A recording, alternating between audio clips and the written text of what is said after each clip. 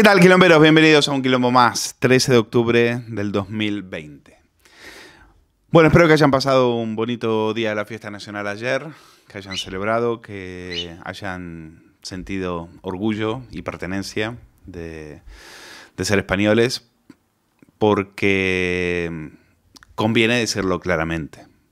La performance que vimos ayer del Día de la Fiesta Nacional no debería haberse celebrado en el Palacio Real, sino enfrente, en el Teatro Real.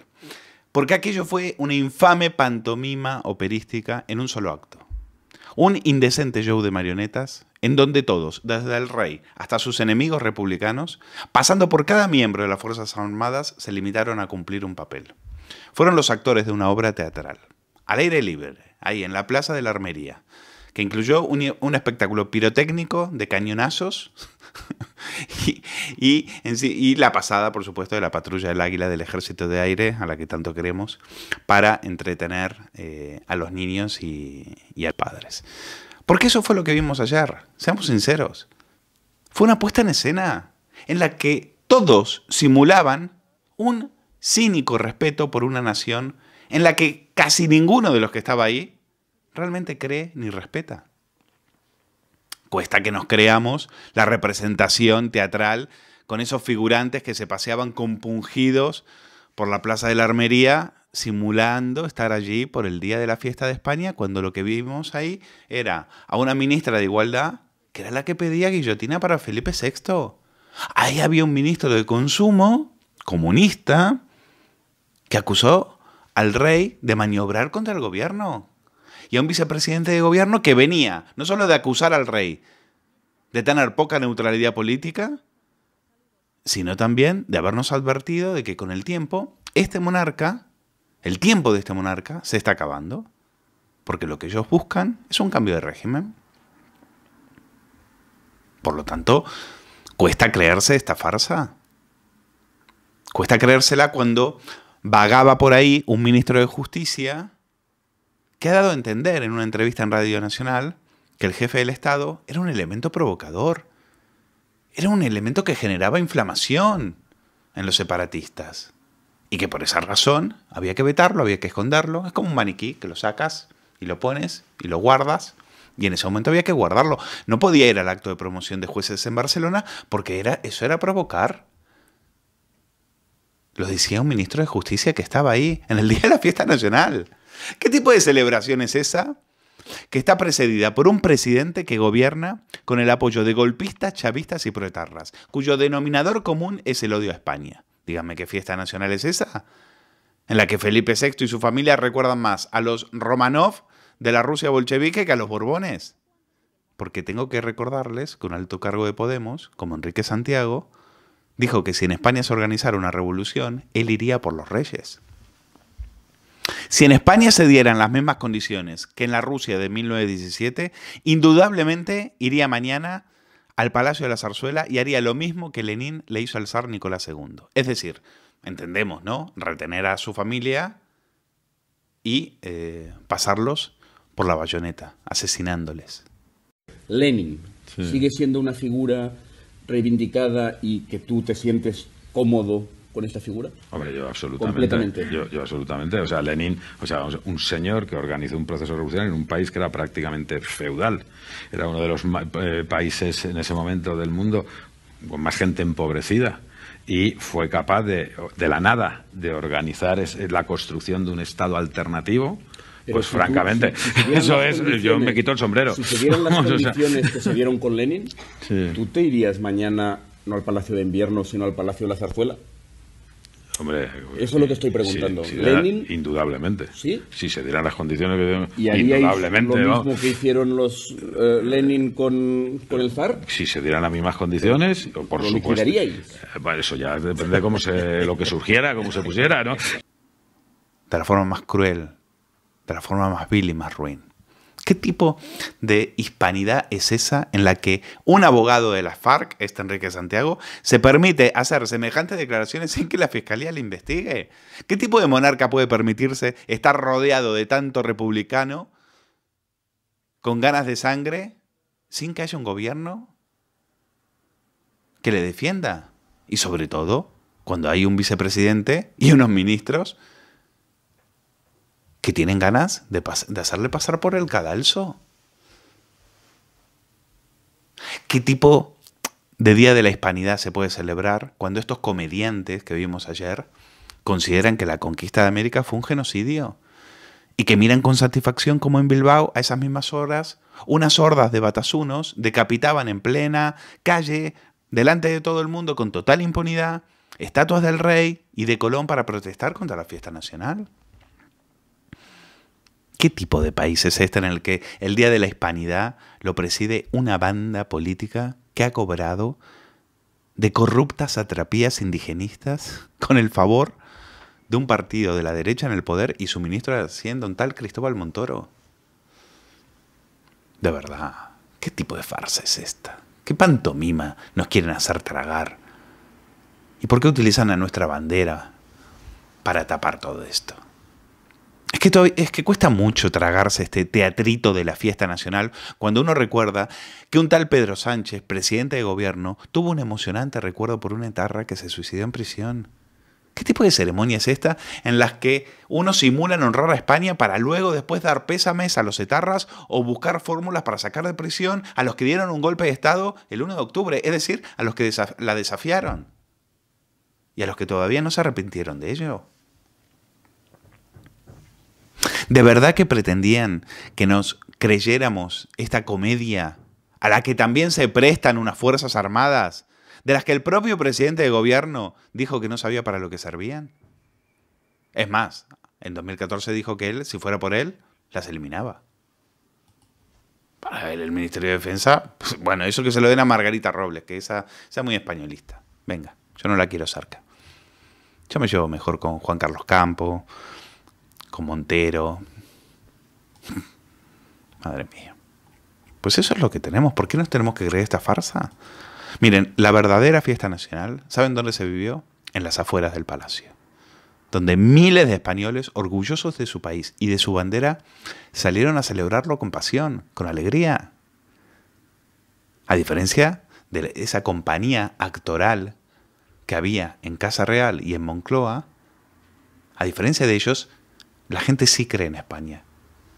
Para ellos, España no es una farsa, no es una ilusión óptica, no es una comedia. Para ellos es una realidad. Es algo que llevan en el corazón y que van a defender día a día.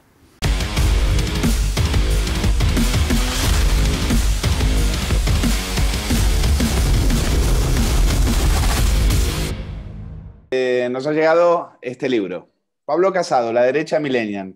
Lo escribe una de las personas, uno de los periodistas que mejor conoce al Partido Popular por dentro, Federico Quevedo. Y la verdad que habla de Pablo Casado, pero a mí me parece una de las mejores radiografías que se han escrito del Partido Popular del 2015 en adelante. Y en algunas cosas me parece que tiene unos análisis muy interesantes que tengo la suerte de poder comentarlo con él. ¿Qué tal, Federico? Gracias por atendernos. Muy bien, Luis, encantado. Gracias a vosotros. Bueno, me gustaría empezar, si te parece, por el 2017, porque tú ahí haces un análisis con el, como te decía, yo creo que estoy de acuerdo, donde a partir de ahí hay una debacle en la derecha, hay una debacle en el Partido Popular. Mariano Rajoy no sabe manejar lo de Cataluña y eso acaba con una crisis exponencial que tardará tiempo en hacerse ver, pero al final yo creo que esa crisis la terminará pagando Pablo Casado en el 2019 con unas elecciones terribles. Entonces, me gustaría saber, tú, por ejemplo, dices que Mariano Rajoy antepuso el Estado a los ciudadanos. Mariano Rajoy, como siempre, deja estar, los problemas no los resuelve, los deja pasar, y eso, por supuesto, lo que trae son muchos problemas. A partir de ahí, ¿qué herencia dejó Mariano Rajoy?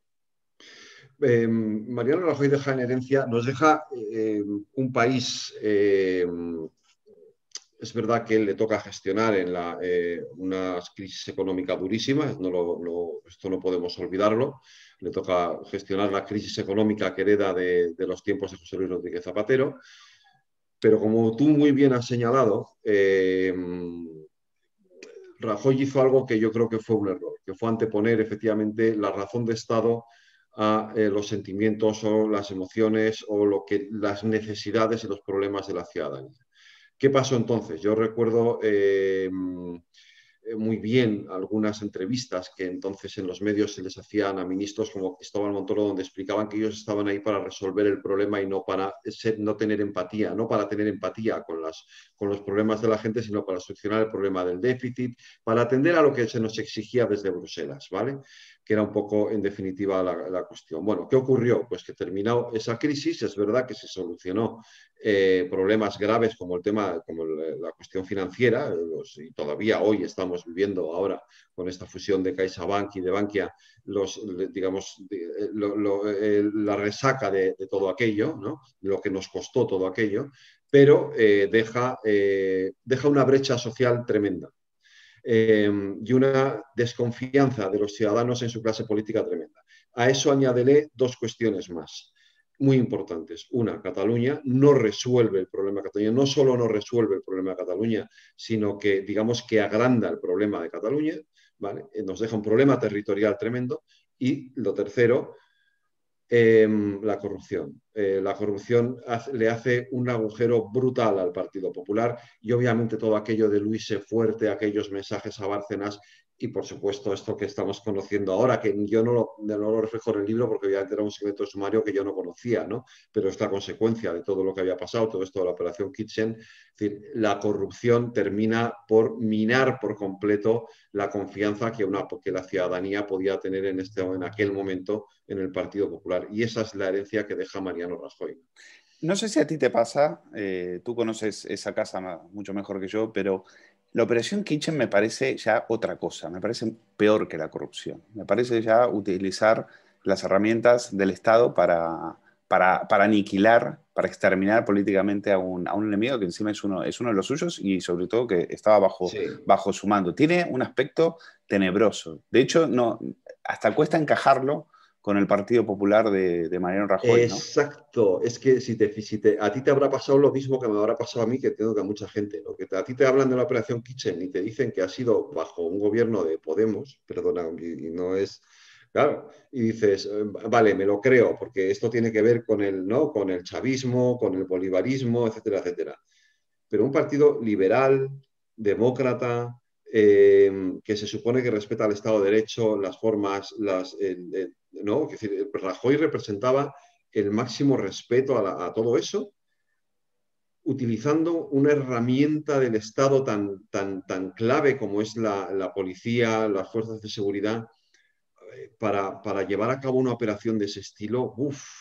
Es tremendo, porque es que eso suena a República Bolivariana. Entonces, a los GAL, eso suena a los claro, GAL. son los GAL, efectivamente. Eso es otra forma de GAL, obviamente sin sangre, entre comillas, por en medio. Sí, sin la cal viva, pero sí, es la utilización de recursos del Estado para beneficiar a un partido político y a un gobierno. Dicho eso, y yo lo cuento en el libro, no es decir, eso digamos es la culminación de un proceso, es decir, y bajo la vicepresidencia de Soraya Sáenz de Santa María, por desgracia, se utilizaron demasiadas herramientas del Estado de Derecho en contra de los adversarios, de los supuestos adversarios y a veces incluso de los propios amigos, o bueno, sí, de los enemigos internos. Sí, ¿no? de los enemigos internos. Vale, o sea que hay dos momentos en el Partido Popular que tú los sitúas bastante bien. Y a veces con tanto, como esto es una vorágine y no nos da tiempo, porque después de un escándalo viene otro y al final no te da tiempo. Pero en tu libro tú marcas, por ejemplo, dices, es que en el diciembre de 2015 Mariano Rajoy pierde 65 escaños y 4 millones de votos. Más o menos le sale bien porque enfrente también estaban a la Gresca, ¿no? También estaban a lo suyo y tenían un partido socialista también muy descompensado, un Podemos que dividía y demás. Y luego después, un 2019, Pablo Casado, que no es Pablo Casado, es también la herencia que recibe, pierde 71 escaños y también otros 4 millones de votos. Es una debacle brutal. Y los recupera algo en noviembre por culpa de Ciudadanos, por el suicidio de Rivera.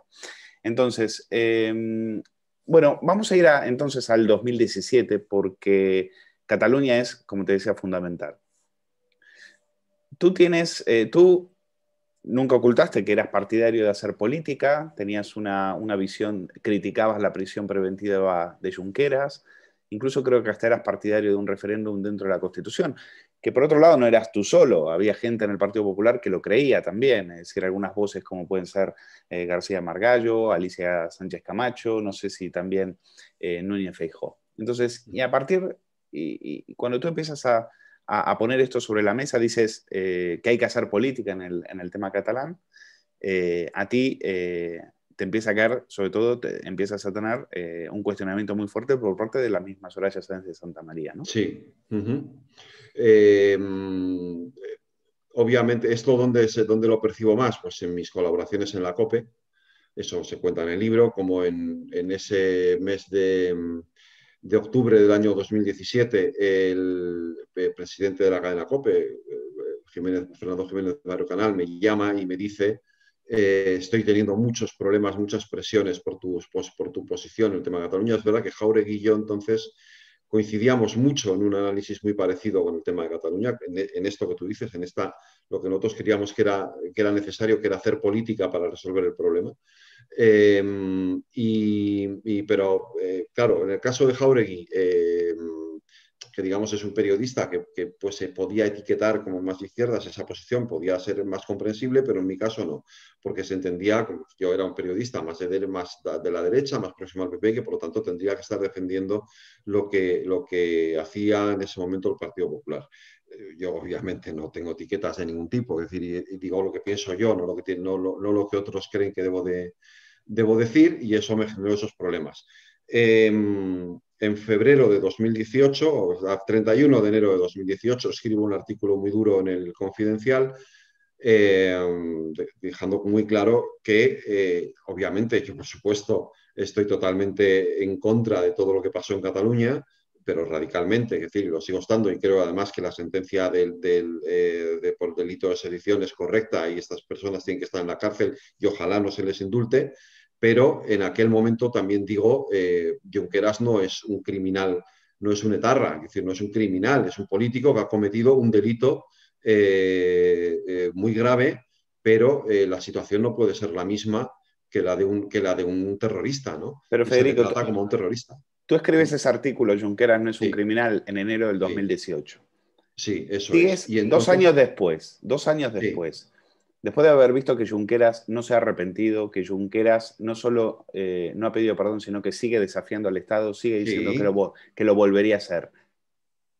¿Sigues manteniendo esa idea de que Junqueras no debería haber estado en la cárcel cuando incluso a los periodistas del país le dijo que nosotros no engañamos a Cataluña, una puta mierda, y el tío sigue sacando pecho de lo que hizo? Sigo pensando igual? Sigo creyendo que la prisión preventiva es un exceso del Estado de Derecho y que Junqueras hoy tiene que estar en la cárcel porque ha cometido un delito de sedición, sin duda alguna, y que no debe ser bajo ninguna circunstancia objeto de un indulto político.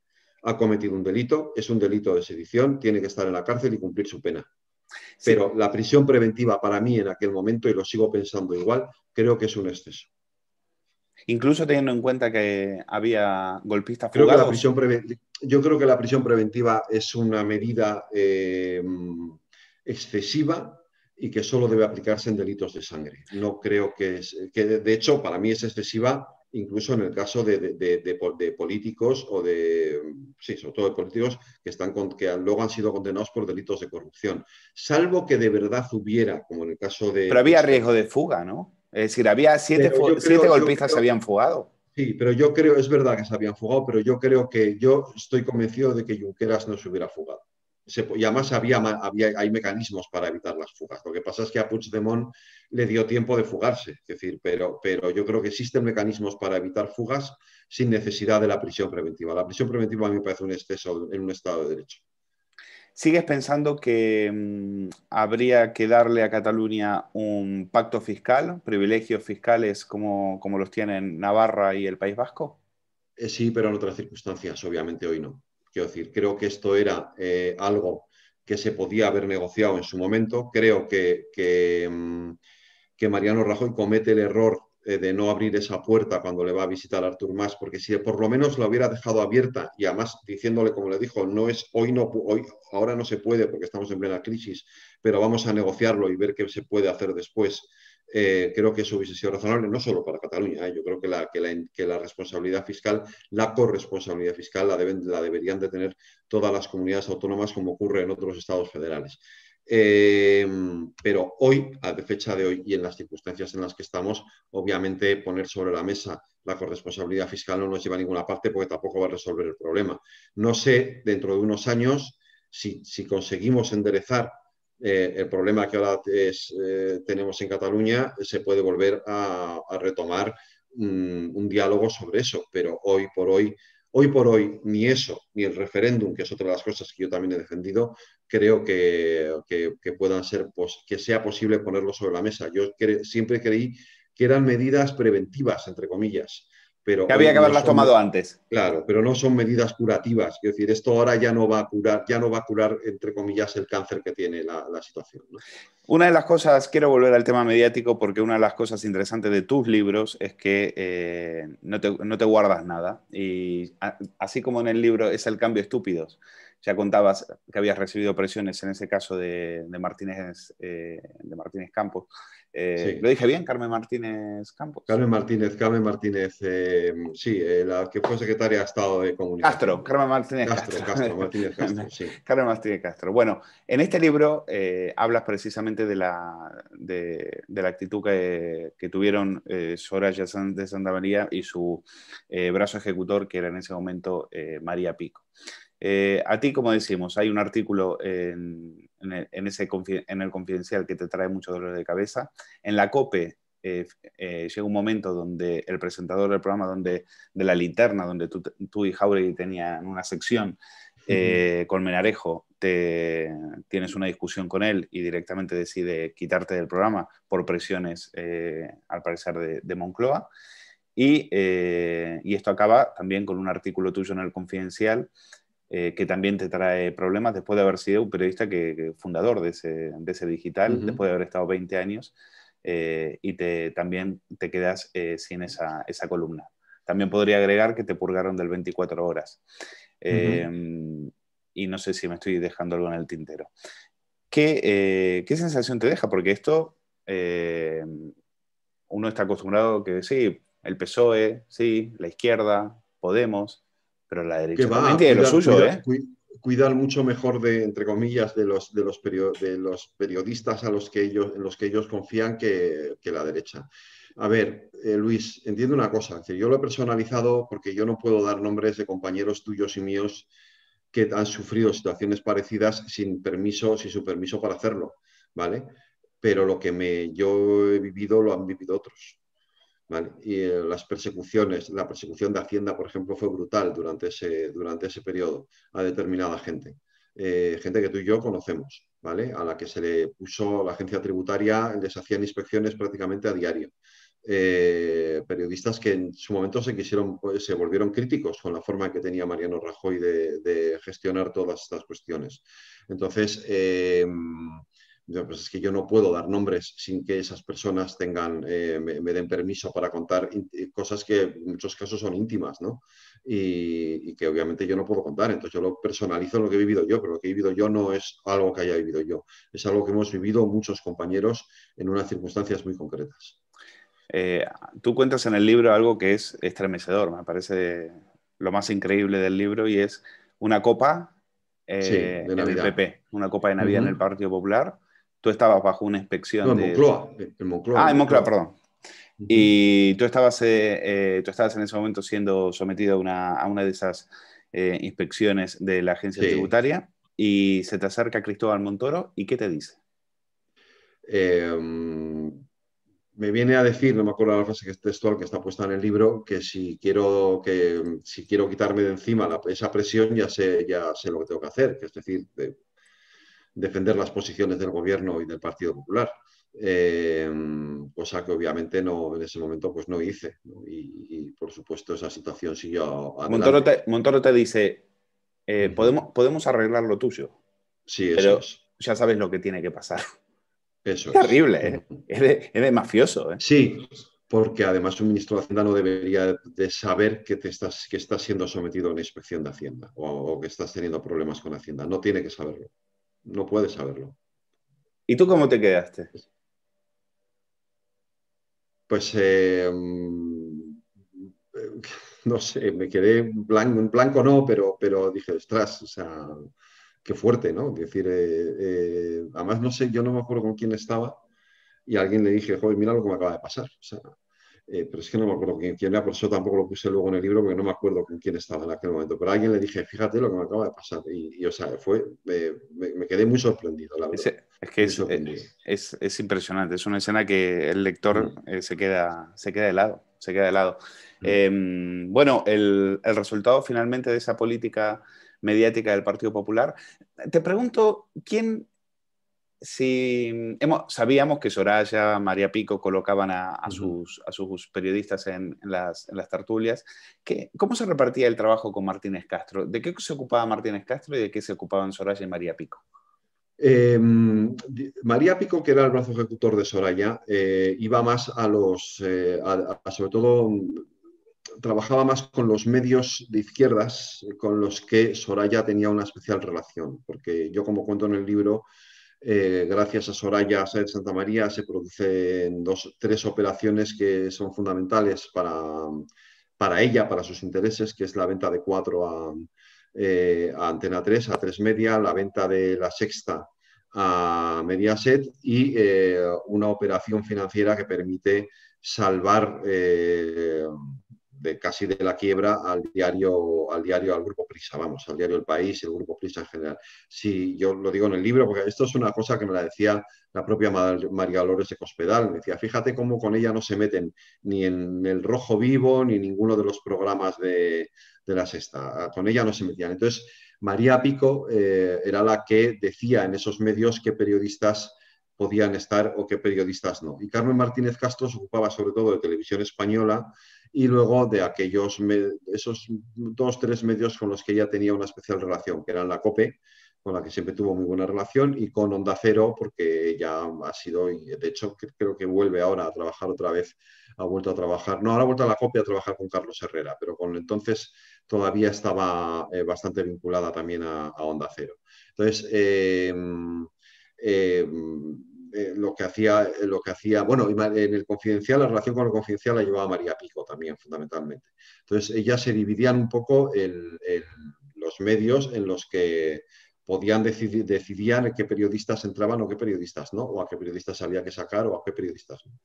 Nacho Cardero, director del Confidencial, también te dijo en su momento que parecía que tenías una obsesión con Soraya, que dejaras de tenía algo criticarla. personal, sí, que tenía algo personal. Sí, me lo dijo en el mes de marzo de ese mismo año. Es que parece que tienes algo personal. Y dije que no era verdad. Que lo que pasa es que era crítico con la forma en que se estaba gestionando, sobre todo el tema de Cataluña.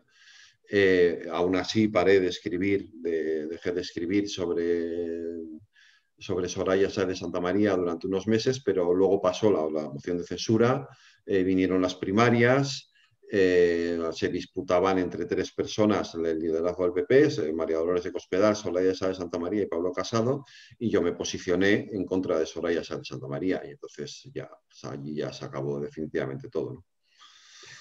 ¿Qué pasó con aquella COPE que en un momento determinado viene y decide también quitarse, hacer una purga de muchos analistas de centro derecha? En relación, decían que con el tema catalán y demás. ¿Tuvo que ver también ese miedo que le dio en cierto momento al Partido Popular, que algunas voces por ahí eran demasiado críticas y que elevaban demasiado la voz y buscaban voces más moderadas? Yo creo que la COPE vivía una contradicción, ¿vale?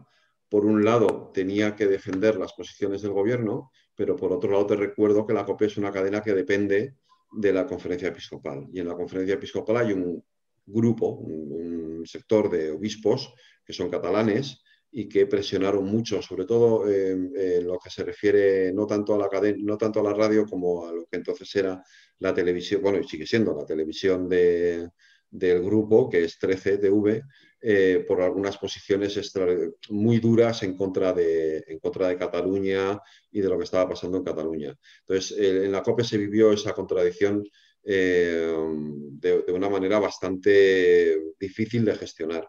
Y efectivamente eso hizo que periodistas con opiniones tan diferentes como las que podía tener yo, la que podían tener otros compañeros nuestros, pues acabáramos siendo purgados tanto de la tele como de la radio.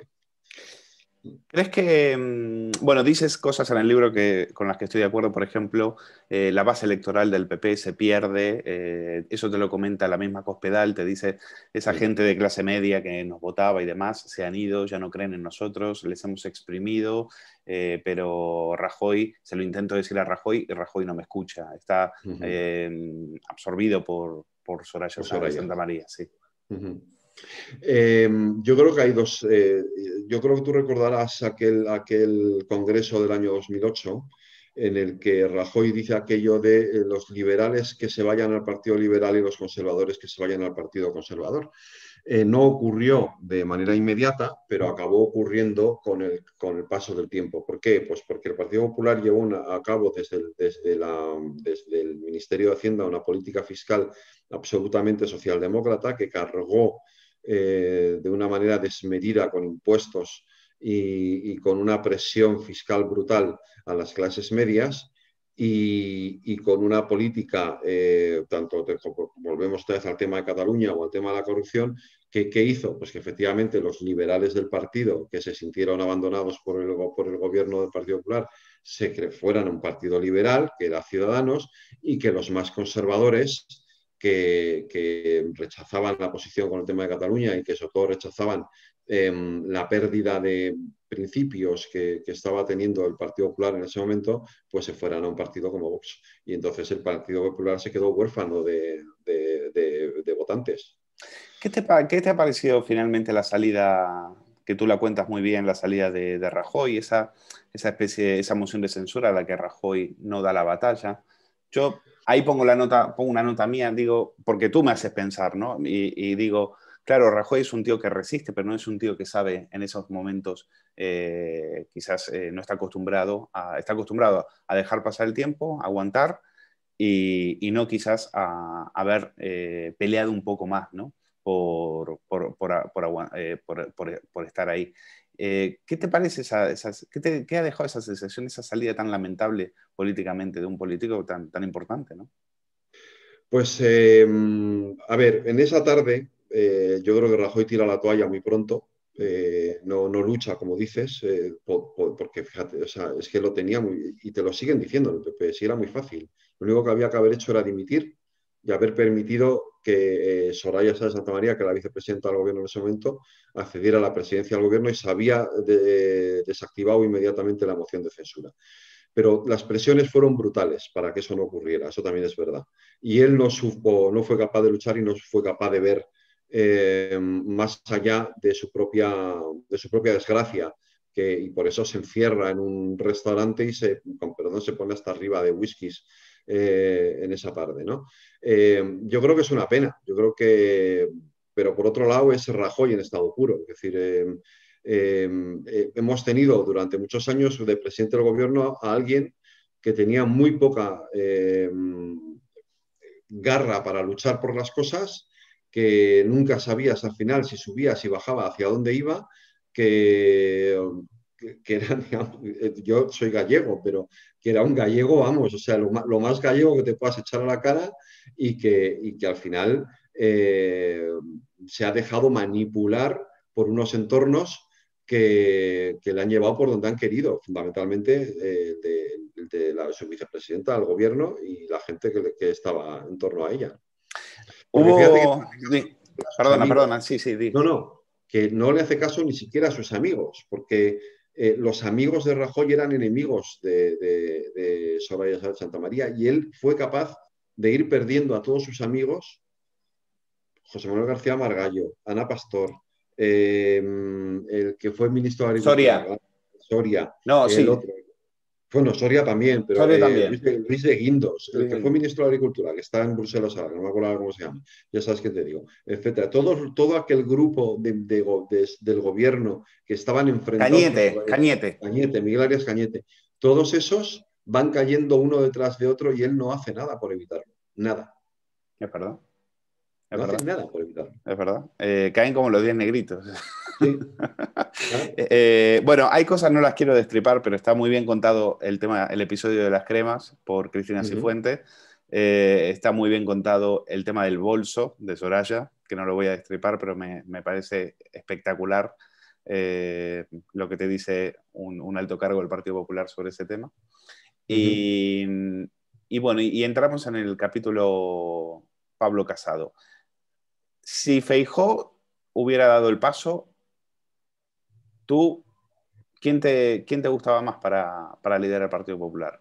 ¿Feijóo o A Cospedal? ver, yo creo que si Feijóo hubiera dado el paso, Cospedal hubiera es verdad, dado un Cospedal paso atrás. no hubiera entrado, es verdad, tienes razón. No, no hubiera entrado. Es verdad. Y yo creo que, porque fíjate que en el proceso de elección de Casado, esas primarias del Partido Popular, primero hay una elección entre los militantes y luego una segunda vuelta en los compromisarios en el Congreso, ¿vale?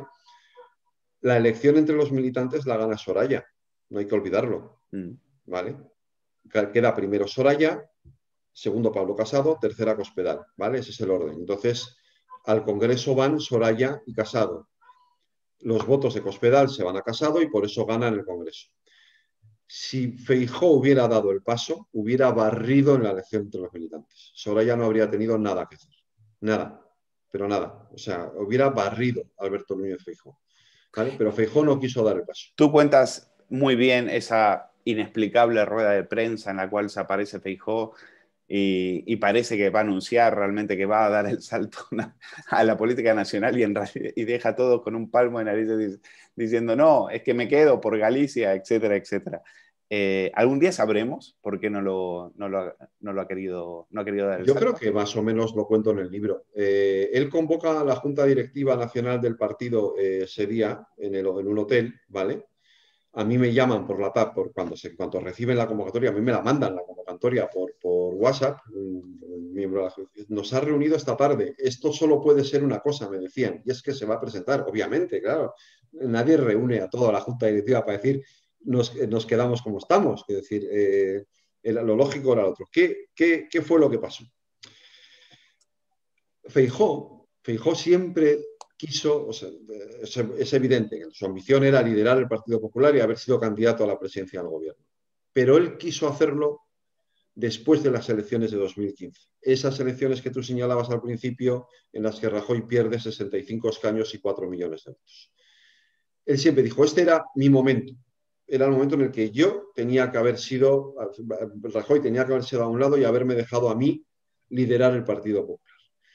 Pero le pusieron los palos en las ruedas. Volvieron a salir los dosieres, las famosas fotos con Marcial Dorado, etcétera, etcétera, y le hundieron la opción de Feijóo como líder. Llega la moción de censura, la gana Pedro Sánchez, se produce las primarias del PP y entonces, yo creo que lo cuento en el libro, el propio Rajoy le dice a Feijóo, ahora sí.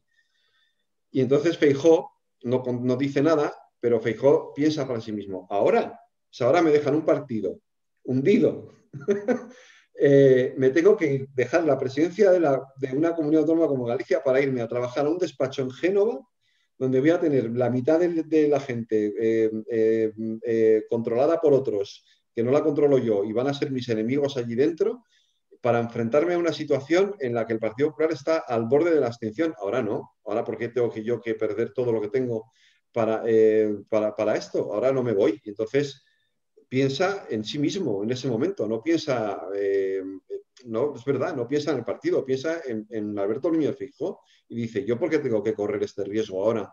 Cuando realmente era un riesgo que tenía que haber corrido en el año 2015 y no me dejaron. Entonces, los convoca, los junta, les dice, lo siento, no, nos quedamos aquí y nosotros a lo nuestro, a hacer partido en Galicia. Y claro, se queda todo el mundo con un palmo de narices, porque nadie se esperaba esa salida de Feijóo.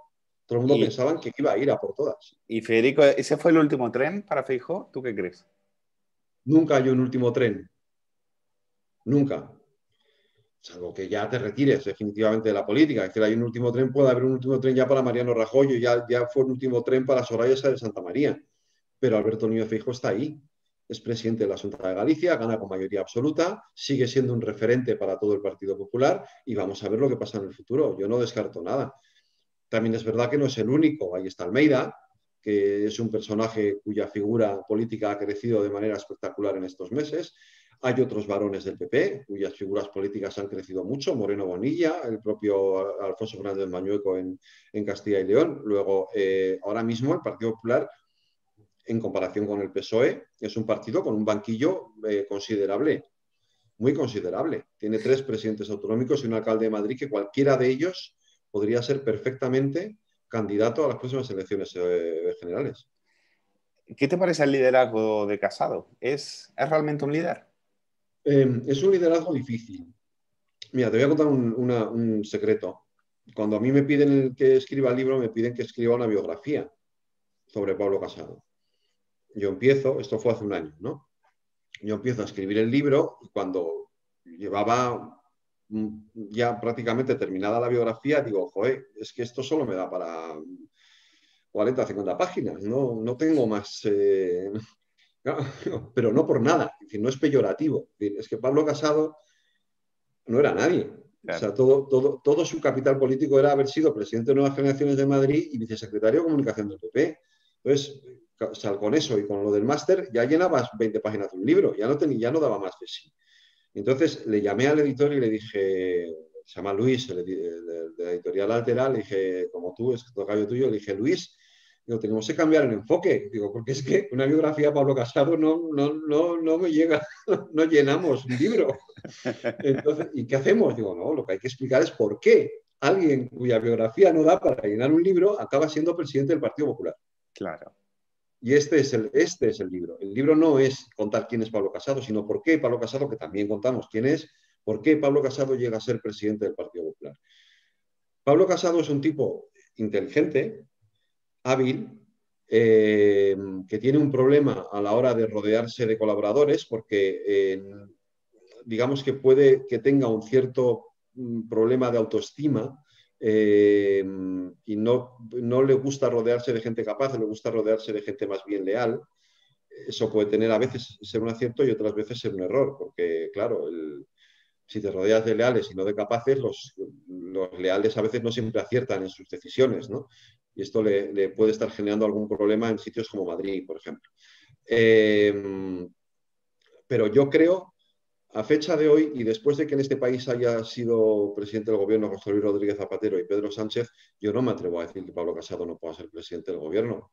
Creo que está intelectualmente y políticamente muy por encima de su oponente político, que es Pedro Sánchez, pero muy por encima.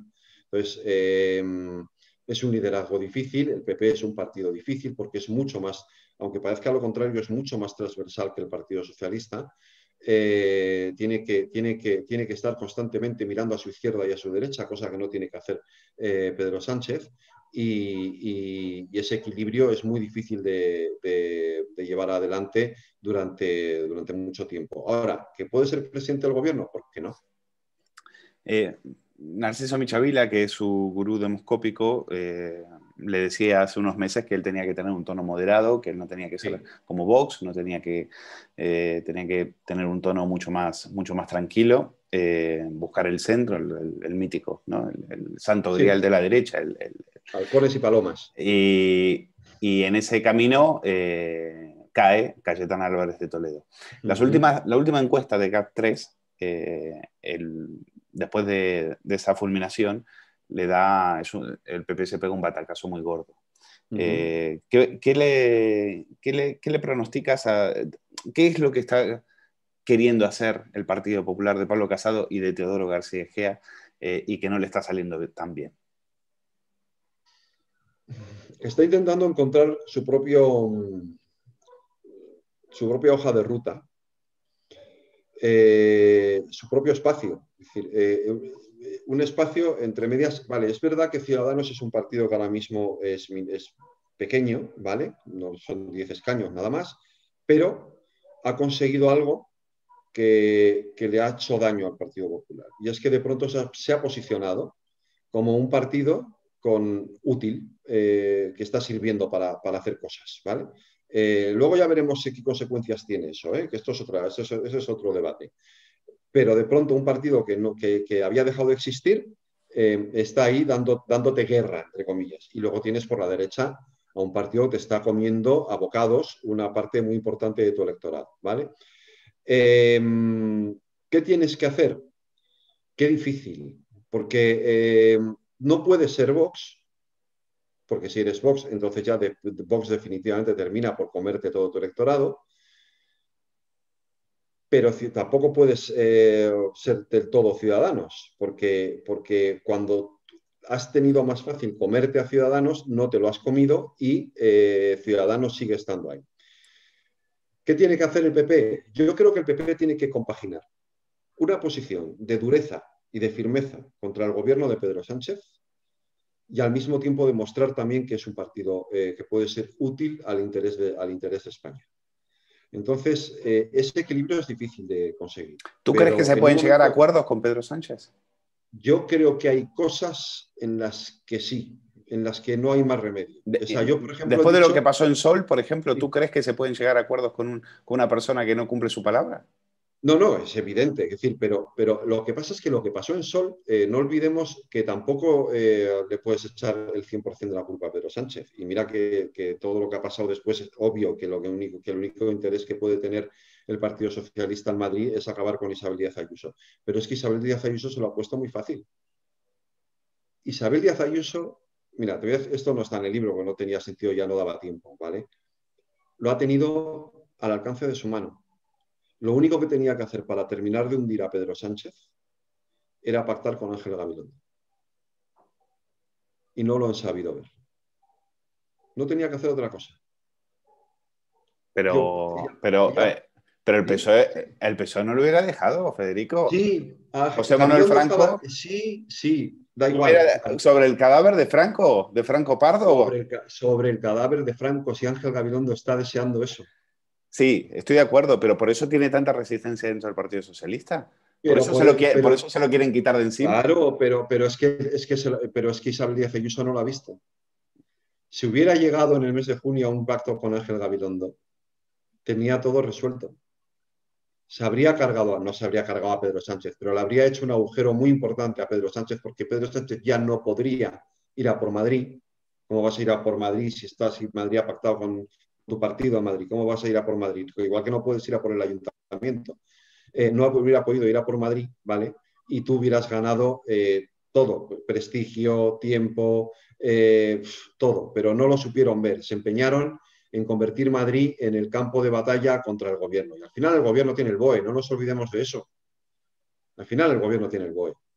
Tú tienes tu BOE de la Comunidad de Madrid, pero el gobierno tiene el BOE de toda España. No, pero el que viene con la manito en el corazón a decir que no te va a tutelar y que te va a ayudar es Pedro Sánchez. Claro, pero ya sabemos cómo es.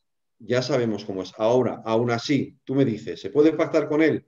Pues hay cosas que es inevitable pactar. Es decir, yo creo que el PP se equivoca no pactando el Consejo del Poder Judicial y al final va a conseguir que el gobierno apruebe una ley por la cual se pueda renovar con una mayoría simple o con una mayoría absoluta y entonces se va a quedar el PP a dos velas en el Consejo del Poder Judicial. Claro, es que eres idiota, o sea, pactalo. Es que además tienes la obligación moral de hacerlo y la obligación constitucional de hacerlo porque te lo dice la Constitución. Tienes que pactar la renovación del Poder Judicial, te guste o no. Pacta. Igual que has pactado en la Comisión de Reconstrucción una serie de medidas, pero si luego Sánchez no cumple, ya tienes un argumento, no cumple. Oiga, yo he pactado, pero no cumple. Claro, es lo que le está diciendo ahora a Ciudadanos. Oiga, yo pacté con usted que tenía que hacer una renovación legal, una acomodación de la legislación para que las comunidades autónomas pudieran tomar decisiones y tener que estar recurriendo constantemente a los tribunales. Y usted no ha cumplido. Cumpla con su compromiso. Usted se ha comprometido conmigo y con Esquerra Republicana de Cataluña a hacer algo que no ha hecho. Hágalo. Entonces, Sánchez no cumple. Pues si Sánchez no cumple, lo dices. Pero tú, como partido al que le interesa España y le interesa el bienestar de los españoles, tú pactas porque es tu obligación. Si lo vendes así, la gente lo entiende, y más en estas circunstancias. ¿El PP tiene que ir a elecciones en Madrid después de lo que ha hecho Ignacio Aguado? ¿Es el momento? A mí, ¿sabes lo que pasa? Que las elecciones anticipadas, a la experiencia me dice que son peligrosísimas y que las carga el diablo. Mucho. Eso dice Casado. Claro, entonces seguramente las encuestas digan que sí y seguramente convoques las elecciones y las pierdas. Claro. Y entonces digas, vaya, ¿y ahora cómo solucionamos esto? Bueno, la última encuesta de La Razón que sale hoy le dice que Ayuso se dispara, pero es que la izquierda puede gobernar con Ciudadanos. Claro, es que salvo que te digan que vas a tener una mayoría absoluta y que además vas a tener una mayoría absoluta de las de libro, yo no correría el riesgo. Porque obviamente si ahora hay unas elecciones y Ciudadanos puede sumar con el PSOE para gobernar, no te quepa duda de que eso va a pasar. No te quepa duda, lo sabemos tú y yo perfectamente. Porque Ciudadanos lo va a hacer, porque yo creo que bueno, es obvio que se están arrepintiendo de no haberlo hecho hace un año y ellos no van Ciudadanos no va a ir a una moción de censura ahora porque no le conviene, pero si hubiera unas elecciones y saliera un resultado, por mucho que crezca el PP, si no llega a la mayoría absoluta, va a haber un pacto a la izquierda. Porque es que además la extrema izquierda va a dejar que gobiernen el PSOE y Ciudadanos solos. Ni siquiera se van a meter en ese gobierno, con tal de que no gobierne el PP. Pues lo vamos a dejar aquí, Federico, me quedaría horas hablando contigo, pero bueno, la cita era por este libro editado por Altera, Pablo Casado, La derecha millennial. Es mucho más que un libro de Pablo Casado, como ya se habrán dado cuenta, y por eso merece la pena ser leído. Federico, gracias por estar con nosotros y te escuchamos, a ti, Luis. Te escuchamos en El Balance, en Capital Radio, de lunes a jueves a las 8 de la noche, ¿verdad? Hasta las 10, de 8 a 10, eso es. Pues ahí saben nuestros espectadores qué es lo que tienen que hacer por la noche para informarse. Gracias, Federico. Gracias a ti, Luis. Un abrazo.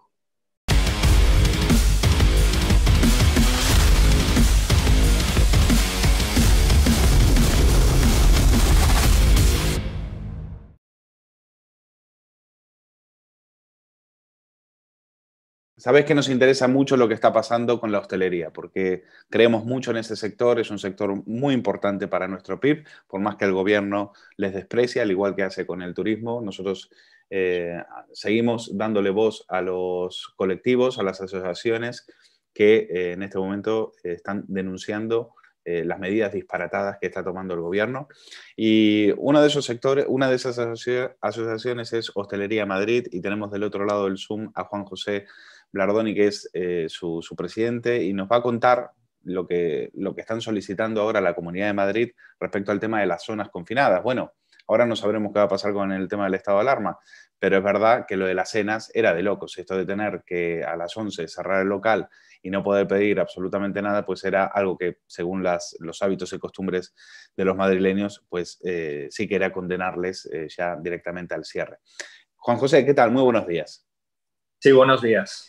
Bueno, ahora, claro, esto lo conocíamos, si mal no recuerdo, ayer, ¿no? Lo que pasa que, claro, ahora estamos a las puertas de otro estado de alarma, esta vez por narices, decretado ya por el gobierno. Bueno, ¿cuál es vuestra situación en estos momentos? ¿Qué tenéis para decir después de tantas idas y vueltas? Me imagino que el caos debe ser absoluto, ¿no? Sí, efectivamente. Estamos viviendo una situación que, bueno, no es de ayer, porque es que ayer fue absolutamente kafkiano. O sea, ayer preguntando el auto del Tribunal Superior de Justicia de Madrid, cuáles eran al final las medidas limitativas, si iba únicamente dirigido a la movilidad o si correspondía, pues también afectaba a los comercios, la hostelería, pues con varios gabinetes de abogados y cada uno nos decía una cosa. Si esto le pasa a los expertos, pues se pueden imaginar el último bar, el último comercio de Vallecas, qué es lo que puede estar viviendo, ¿no?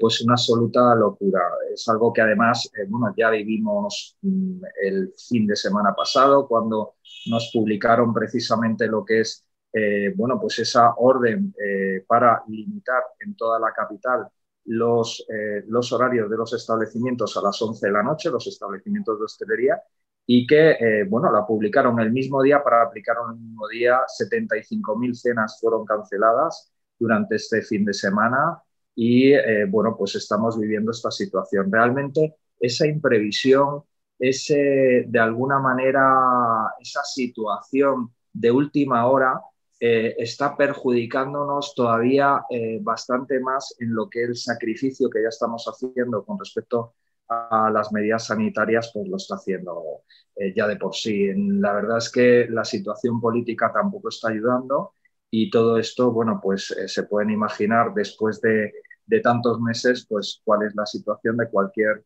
pequeño y mediano empresario como somos, que tenemos una capacidad pues muy limitada realmente para aguantar, y van pasando los meses las situaciones desesperadas para cientos de miles de negocios en España. Juan José, para el que nos esté escuchando, hay que entender que en la Comunidad de Madrid se pueden llegar a ofrecer en un fin de semana 150.000 cenas diarias.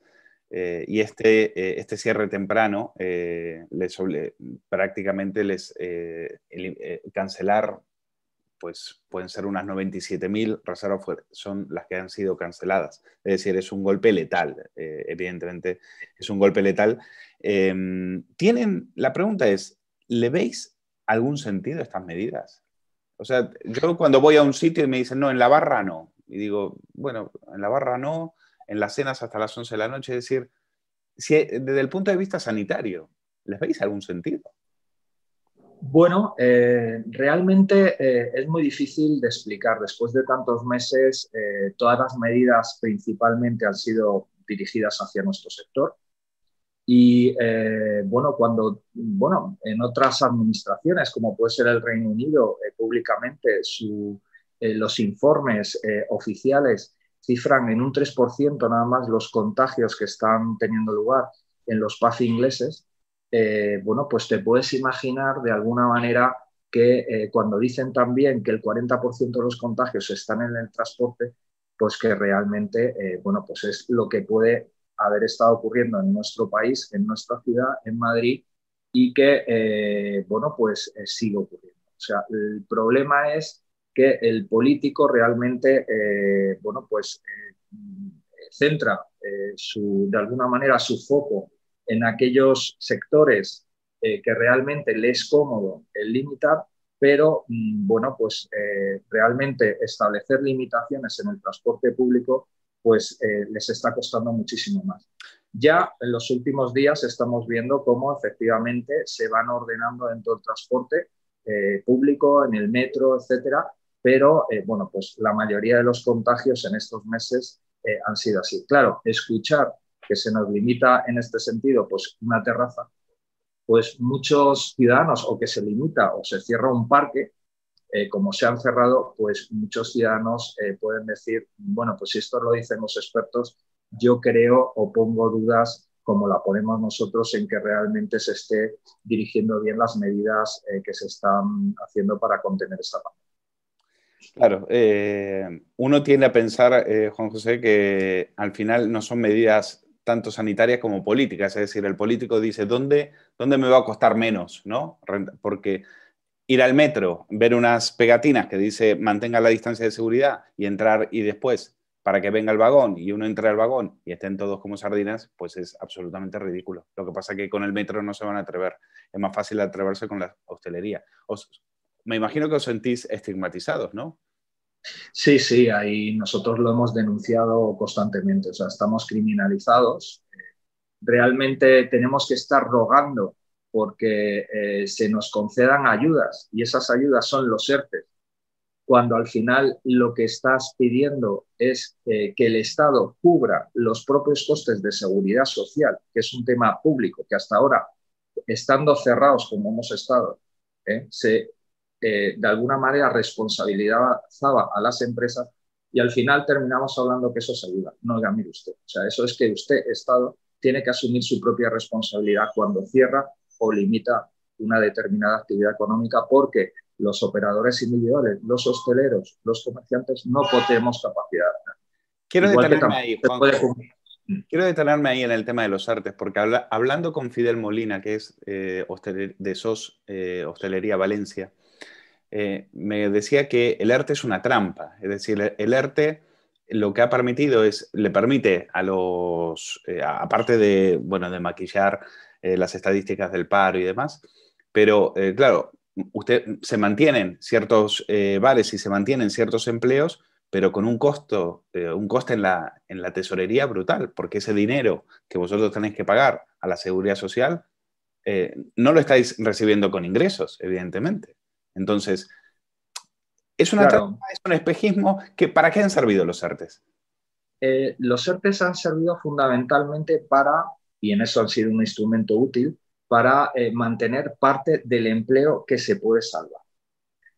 Nosotros en hostelería ya hemos perdido un 20% del empleo. O sea, concretamente en la Comunidad de Madrid, pues se han perdido 40.000 puestos de trabajo. Teníamos a 1 de enero 195.000 trabajadores, ahora mismo tenemos 155.000. ¿Locales y locales? Y locales en la misma proporción. O sea, nosotros teníamos 32.000 locales a 1 de enero, bueno, pues se han perdido más de 6.000 locales ya en la Comunidad de Madrid. Podemos ver los carteles de se traspasa, no se ha abierto, al final el local está cerrado. Eso ya se ha perdido.